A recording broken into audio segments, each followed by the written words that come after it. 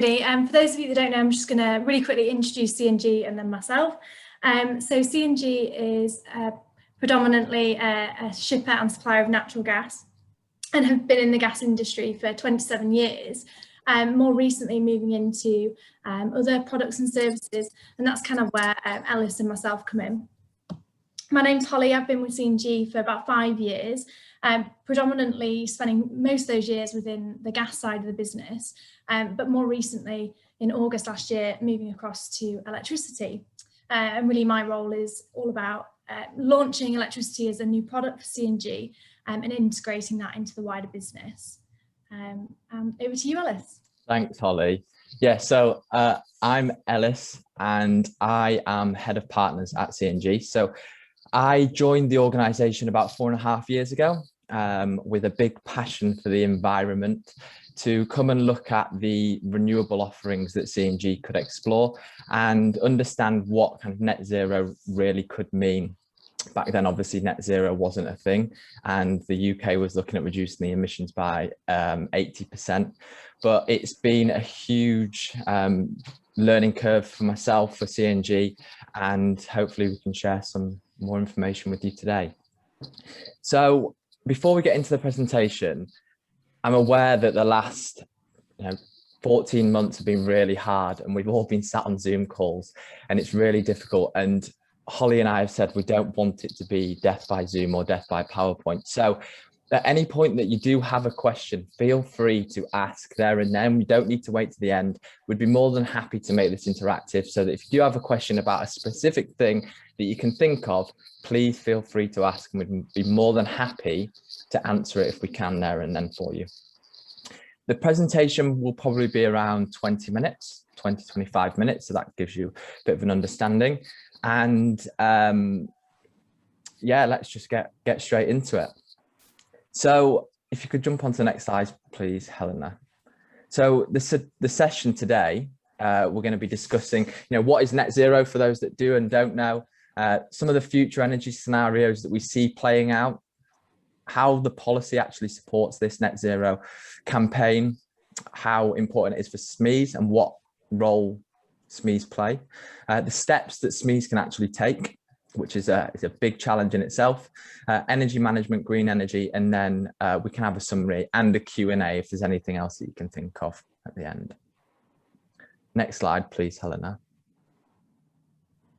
So what is net zero? And I'm sure many of you do know there's endless amounts of information about net zero now, and it's a big topic for a lot of organisations and industry bodies, and obviously the UK economy in general.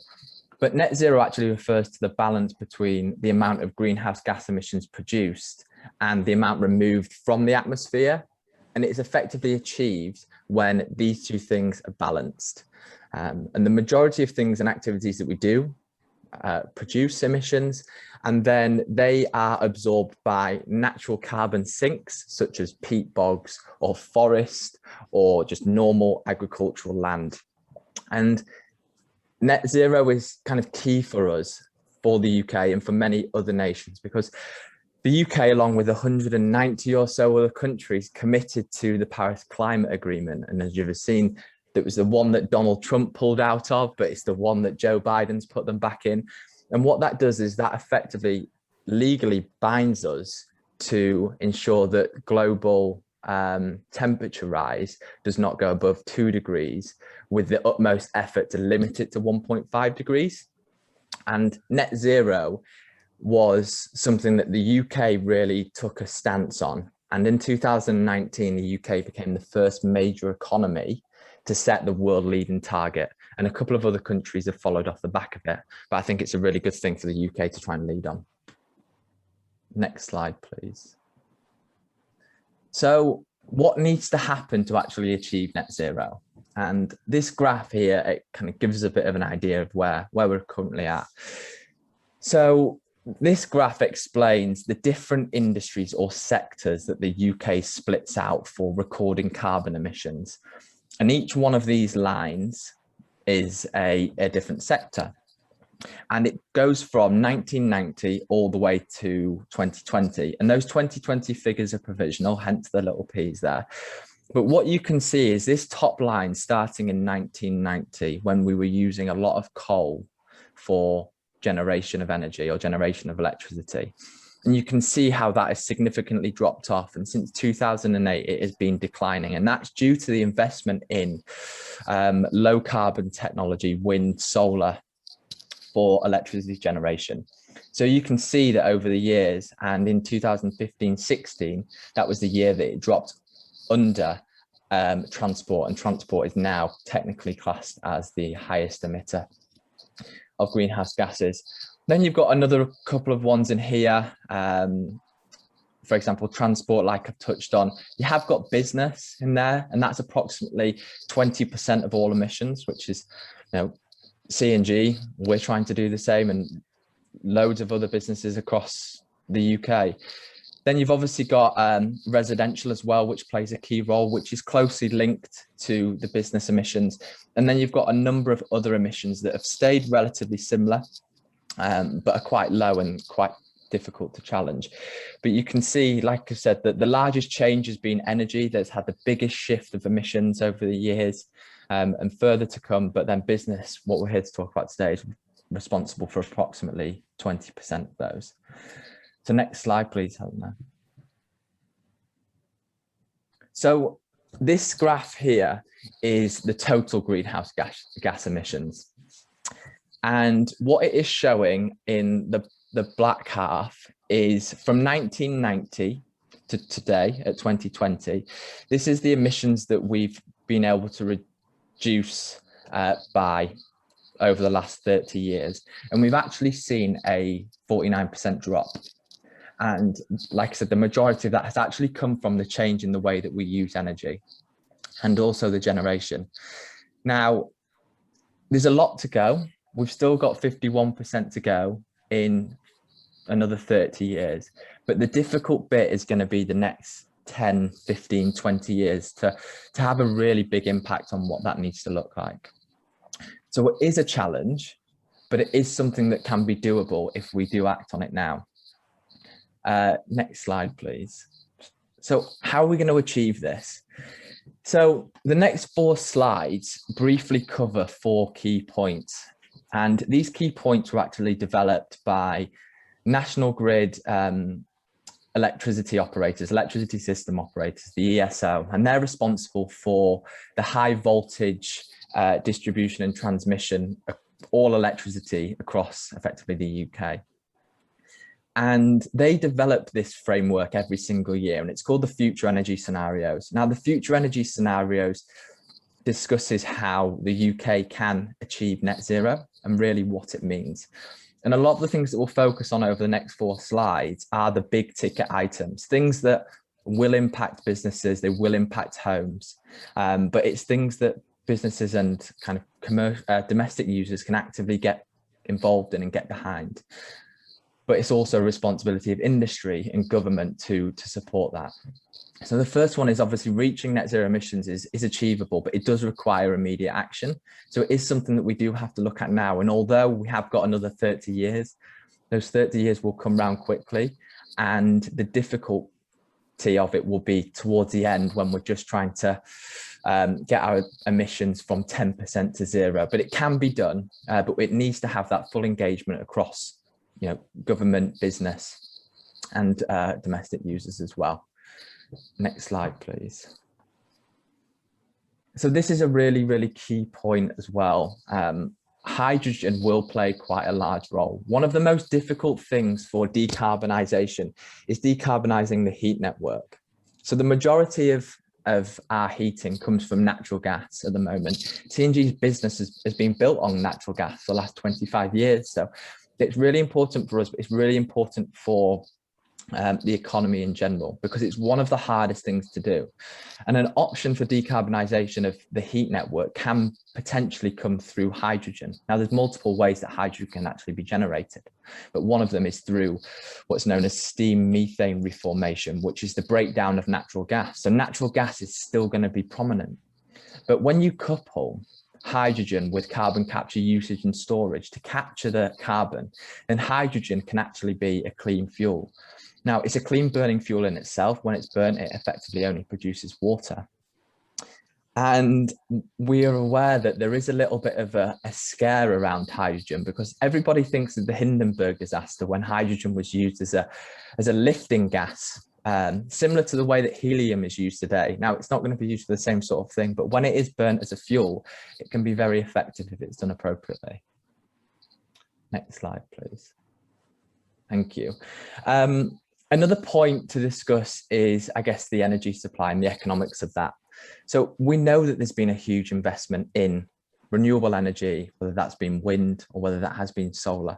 And that's where the emissions have kind of reduced down significantly. But there needs to be further investment into this to ensure that we actually reach our targets.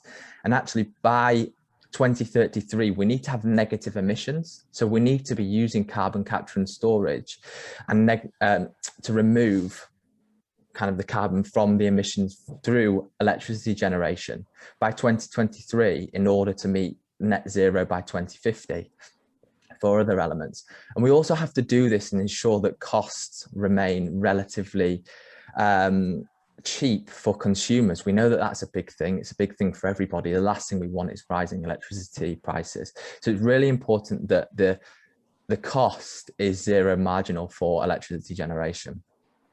We also need to make sure that there's a lot of flexibility within the grid. So EV has boomed recently. Everybody's talking about it. Electric cars are going crazy. They're putting bans on petrol and diesel cars.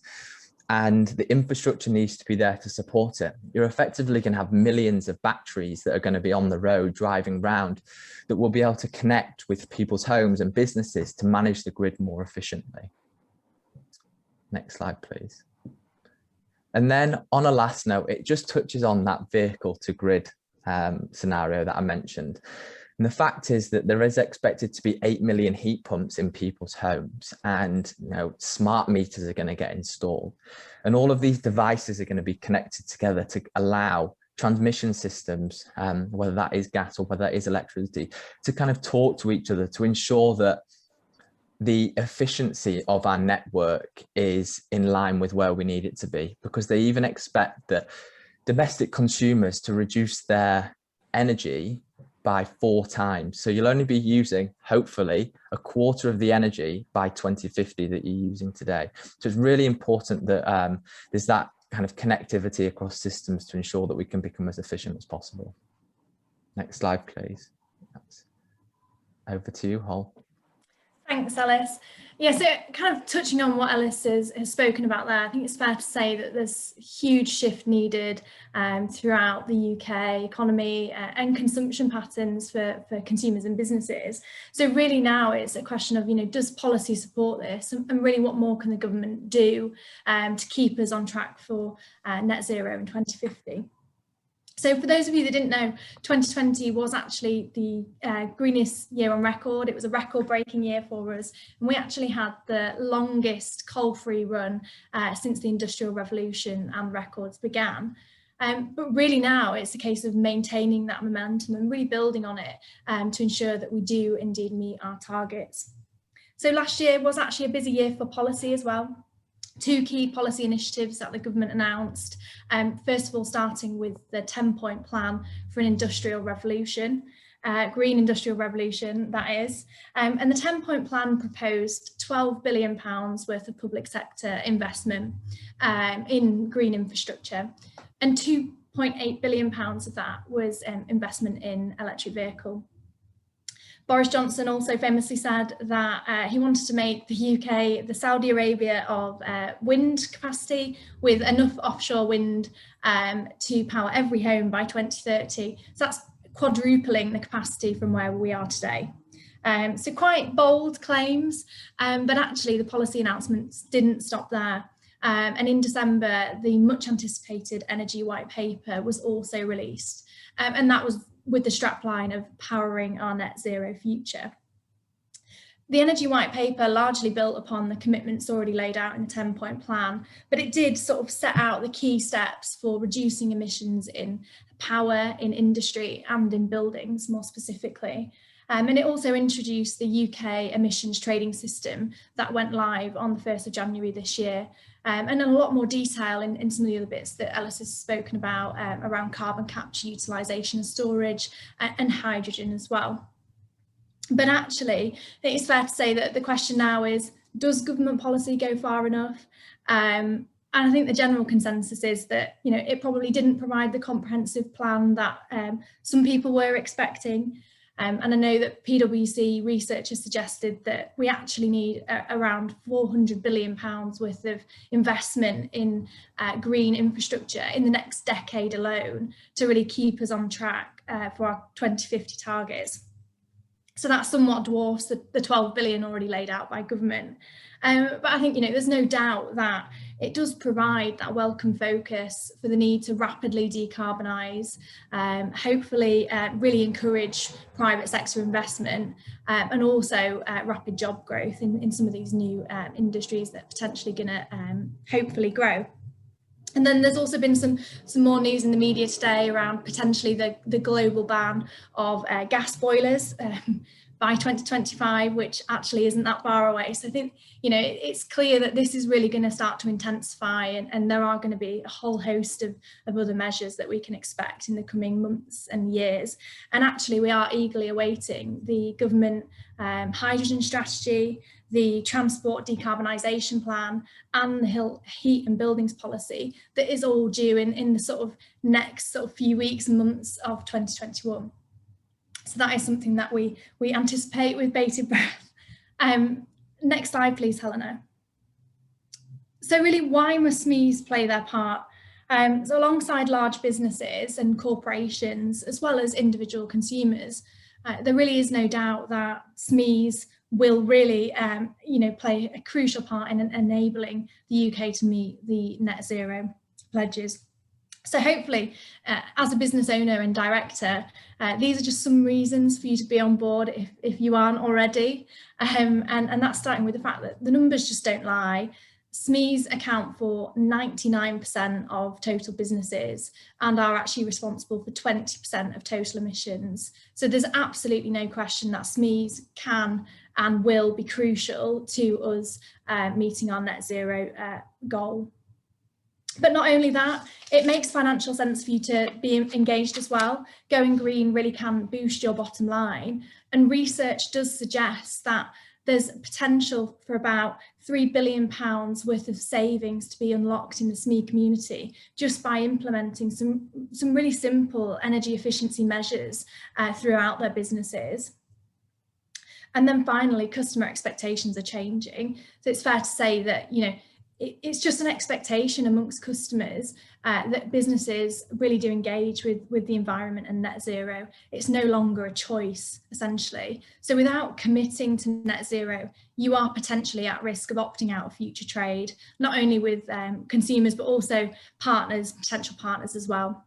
And obviously this kind of leads on to the triple bottom line that businesses often talk about now, and really considering, you know, the environmental, social and economic impact of what you do is really key to focus on. And next slide, please, Helena.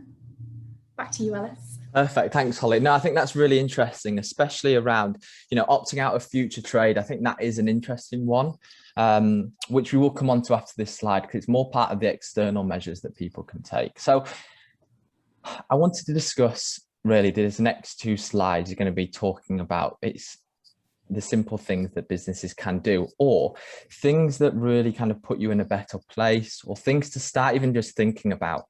And it might seem straightforward, and that's fine. And it's just maybe asking your organization those questions, asking yourself those questions, because there'll be some of these things that you're doing or consider doing or do yourself as an individual, because this is not just about, you know, reducing your business kind of footprint, but how do you reduce your own footprint? Because you'll be able to use that practice within that to kind of implement it into business. So first of all, talk about the internal side of things.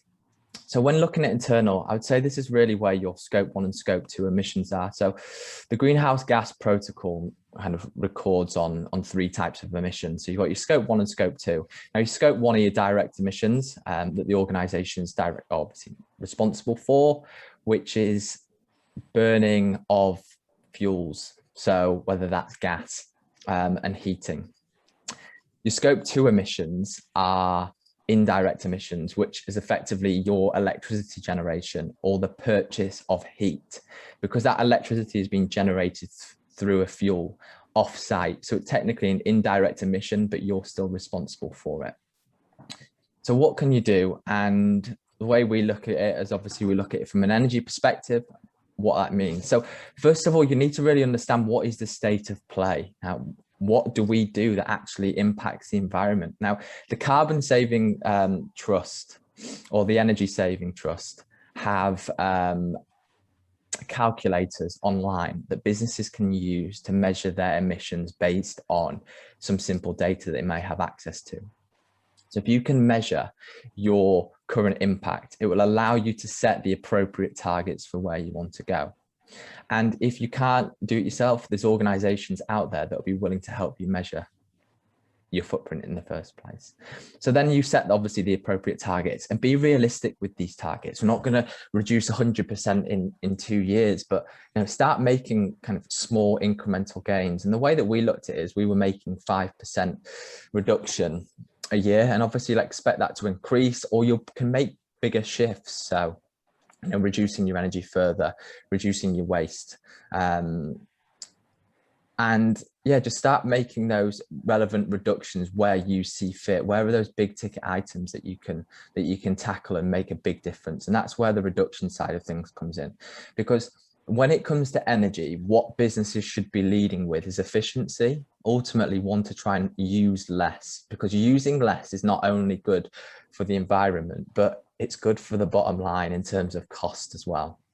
So reduction is kind of a key thing. And Holly will touch on it in a little bit, but there's plenty of things out there to be able to reduce. And there's the quick wins of LED lighting that people have spoken about for years and years and years.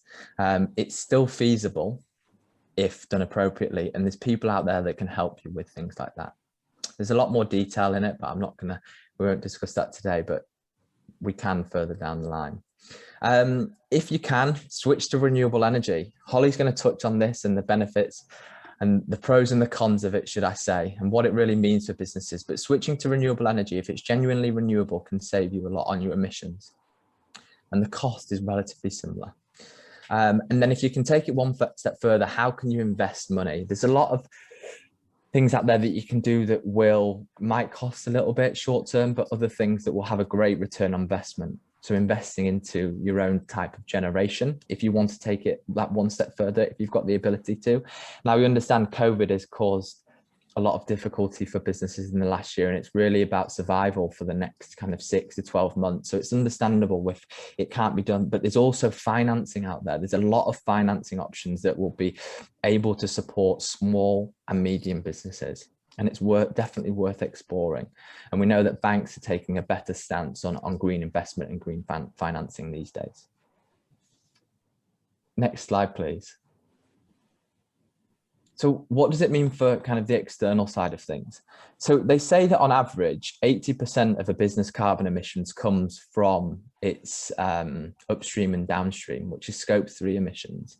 So your scope 3 emissions are everything that is outside of your organization that you still have influence over.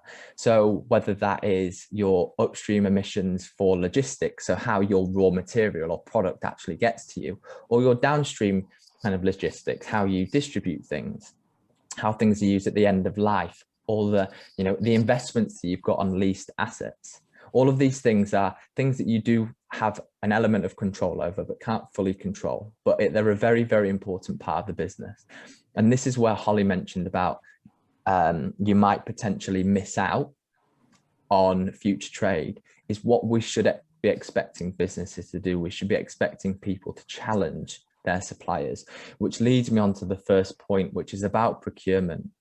So understanding, are there better alternatives for the products that you're purchasing or for the raw material that you're purchasing?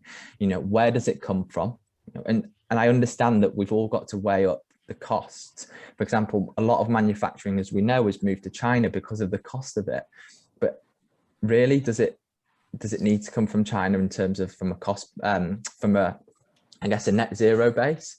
And is there alternatives that are closer that will be more beneficial. We know that food travels to about 4 or 5 different countries before it arrives in its final destination, and long term it's probably not appropriate. So is there ways that you can challenge your suppliers, have better criteria for your suppliers that you're actually wanting to work with? Another thing is logistics. So this can be upstream and downstream, and where your products come from, how they come to you, but also how about kind of your delivery of products? How is it that you actually get them to their end point, the consumer or the business that you supply to? And this comes back to the EV fleets. A lot of organizations are kind of shifting and moving to an electrified fleet, and that could be one way. If you're renewable, if your electricity is renewable, then EV is probably the way to go in that side of things. But I think it's about asking yourself the questions: are there alternatives out there, and what do those alternatives look like? Now, packaging. Packaging is one that we don't often think of, and it may not seem that significant, but packaging plays a really important role in all of our businesses. I mean, it's less in our energy business because we don't really send anything to customers, but I think in a lot of companies that have got tangible products, the packaging is a really important part, because it's not just about making it environmentally friendly, but packaging is designed to do more than that. It's designed to protect things. And there's this argument, particularly around food and food packaging, and why do we need food packaging on certain things? And people look at cucumbers and think, why is there a plastic wrapper on a cucumber? Okay, it's the same thing as the skin. It's got a natural packaging, but food packaging wasn't designed for that. Food packaging was designed to allow for storage and transportation, and also to extend the life of food, because food waste is a huge problem that we have, and therefore it becomes a really difficult challenge weighing up what is the appropriate packaging. And we've all ordered things online when you've had a box in another box, and you think, what's the need for all that? And it's just, how do we deliver our product? What is necessary to ensure that that product gets there safely to the consumer at the lowest cost, but also at the lowest damage to the environment as well? Another one is end of life. So end of life for products is quite significant. We know, especially in the electronics industry. So the electronics industry have a huge amount of waste. We all use phones every couple of years, and what happens with them? And a lot of electronic companies, Sony in particular, they've got a really good recycling and a really good reverse logistics program where they take their products after they've been used to try and collect as many in. Now, I think it's a really difficult thing to do. I'm not just going to say it's easy, because how do you control what your customer does?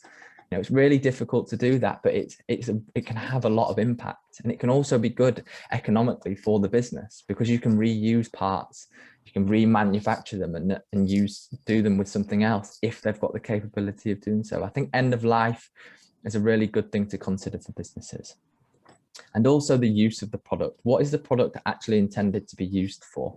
Is it a really heavily energy intense product that is going to be damaging to the environment, or can we reduce how it's going to be used, and can it be better for our customers, and can it be a better experience?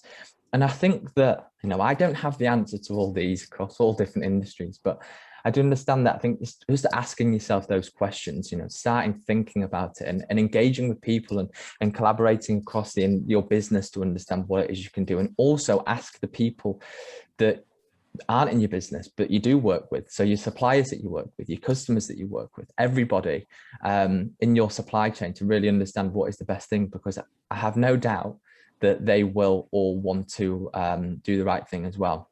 And just touching on Holly's point before, procurement was an important one, because Holly mentioned that we could potentially miss out on future trade. Now, if people are challenging their suppliers for low carbon offerings, then they're the business, if they don't adapt, that are going to kind of eventually lose. And the more that we challenge our supply chain, the more change that we will likely see, because people be aware that consumers are asking for it. So I think it's a really important takeaway point from this presentation. Next slide, please, or Helena, should I say? Thanks, Ellis. Yeah, so kind of drawing upon some of the points that Ellis touched on there, I think it's fair to say that energy efficiency is really key across businesses in really, reducing emissions and moving towards net zero.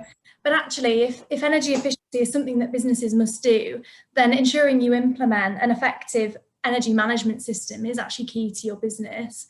Energy management is often neglected in businesses. Which is a shame, really, because energy is such a huge part of costs generally. So energy management has huge benefits, which is why I kind of wanted to touch on that today. So what is energy management? Well, energy management is the process of monitoring, controlling and conserving energy in a building or organisation. And it's largely involves the 4 key steps I've laid out here. Firstly, and most importantly, metering your energy consumption and collecting data. So really what that means is installing a smart meter or an advanced meter at your business premises is key, essentially. You can speak to your supplier and they should be able to do this for you. All suppliers are mandated by the smart obligations, and therefore if they haven't done so already, they should be installing smart or advanced metering at your premises. And really what that will enable you to do is to collect data for both gas and electricity at half-hour intervals. And when you've got a smart meter installed and you've got access to all that data, that really enables you to spot those opportunities to save or reduce the energy that you use, or potentially even just switch consumption to times of the day or the week that are maybe more cost effective, or actually put less stress on the energy system. And actually, if you're unsure of where to go with this, then your energy supplier should be able to advise. And if your energy supplier can't, then there are plenty of businesses out there that can support with energy management and are doing some really great things with the data. But actually, it's about taking action. As Alice mentioned, there's so many things we can be doing, but really some of these can be really quite small actions that we can implement. It could be a case of just spotting that, you can see that you've left your lights on an evening or a weekend, or it might be something a bit bigger that actually your machinery might not be as efficient as it can be, and actually you need to upgrade some of your machinery at your premises, or whatever it might be. Like Alice said, every business is different, but actually there will be some action that you can take, albeit large or small. But actually it doesn't stop there. You can't just look at your data once, implement a few things and forget about it. This really is about tracking your progress as a business and iterating. This is a process that is hopefully just going to repeat itself, and it really is about you taking control. And actually, it's hugely important, not only from a cost benefit. Obviously wasted energy is wasted money, but it actually is going to help in terms of risk management. The more energy you consume, the greater the risk that energy price rises or supply shortages could seriously impact your business. And I think there is uncertainty in the energy industry about what might happen with cost as we start to see all these infrastructure changes. So actually really reducing the energy you use is kind of exposing you to less of that risk and less of that kind of market movement. And then finally, obviously, there's benefit there in reduced emissions as well. Okay, next slide, please, Helena. So green energy tariffs. I wanted to touch a bit about green energy tariffs because there's no doubt that they are growing in popularity. Approximately 50% of all energy tariffs on the market are now classed as or considered 100% renewable. But actually, I don't think that really tells the whole story. So I thought it would be quite good to just really hopefully draw your attention to some of the things to look out for in the green energy space, and really make sure that you hold your suppliers to account for some of this stuff and really know which questions to ask. So first of all, most electricity, unless you of course generate yourself at your premises, most electricity does run through the national grid network. So there is no direct link between the electricity that you consume and that purchased by your energy supplier. Whenever you go to turn your light on or boil your kettle, you're just getting the energy that's available from the grid at that time, and it's not specifically linked to what your supplier has obviously potentially bought. So how can suppliers offer 100% renewable tariffs? Well, actually, in order to do so, suppliers must either supply at least as much renewable electricity to the grid as their customers use.